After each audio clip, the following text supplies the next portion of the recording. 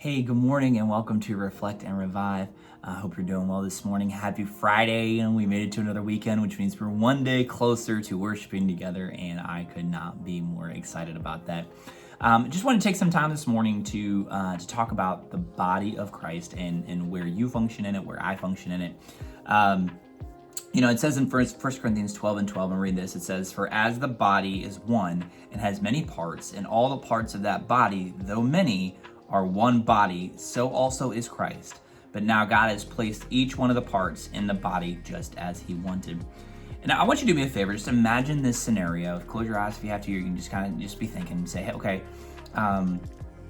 say it's your typical Sunday morning, and maybe you come in casually late or slip in, you go unnoticed, and you're there for the service, and then you head out, and on the way home you talk about, man, like, I don't really know if I got anything out of service. And we're all at different points in our spiritual journey. I think we can be honest about that. I mean, I know people who have been on this journey longer than I've even been alive. I know people who've been on this journey for just a year or two, and so we're all at different places. But Paul tells us in 1 Corinthians 12 that every follower of Christ is to be actively engaged in the life of the body. And so just as a body has different parts with different functions, so does the family, of God's people. And so, it would be kind of silly if within, I know it's a silly illustration, but think about, like, if my own personal body, like my ears have a function to hear, and my hands have different functions where I can work with my hands, I can write, I can, my feet have the function of walking. But like, what if, one day I woke up and it's just like, my ear doesn't want to be an ear anymore. And so, it's like they would rather be hands. And it's a silly thought, but it's like, no, if that happened, my ears would not have the function, or I wouldn't have the ability to hear, and so I think sometimes within the church we have a lot of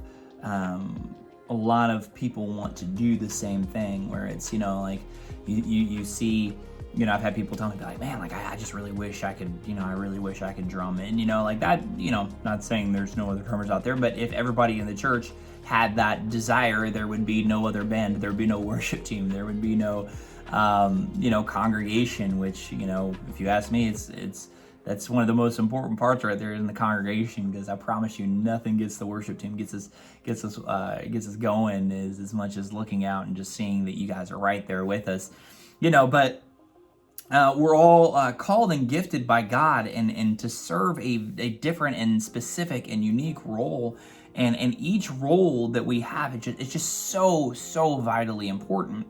And when all of these different parts come together, something beautiful happens. Think about this symphony. And you got the different instruments, and they're all, tuning up, and they're making sure they're all in the same key, and then they start playing this song. And if you have one person who's, playing something different, or who's not, blending with everybody else, it's going to sound so bad, or just, like maybe uncomfortable, and so in that same way, when we take these things, our gifts and our, what God's called us to do, and we are blending in and working together to do those things, man, it just like a symphony making beautiful music,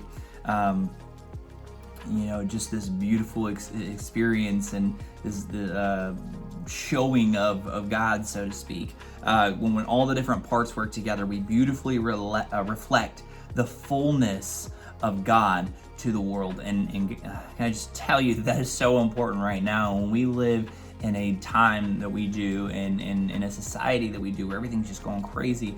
What we really need is a church that is fully functioning together and in harmony and blending together. Each member is needed and valued by the whole. Every single person that's part of our community, it's part of our church, you're needed and you're valued. And we have the responsibility to discover our God-given gift so that we can give them back to God as an offering of worship and an offering of gratitude. We experience God in all his fullness, whenever our engagement with his body isn't defined by a consumer mentality, but is characterized by faithful participation and faithful service.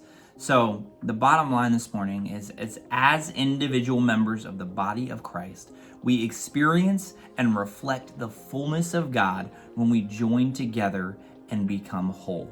And my question for you this morning is, which part are you? God bless you. I hope you have a great day, a great weekend, and I'm looking forward to seeing you and worshiping with you on Sunday. God bless.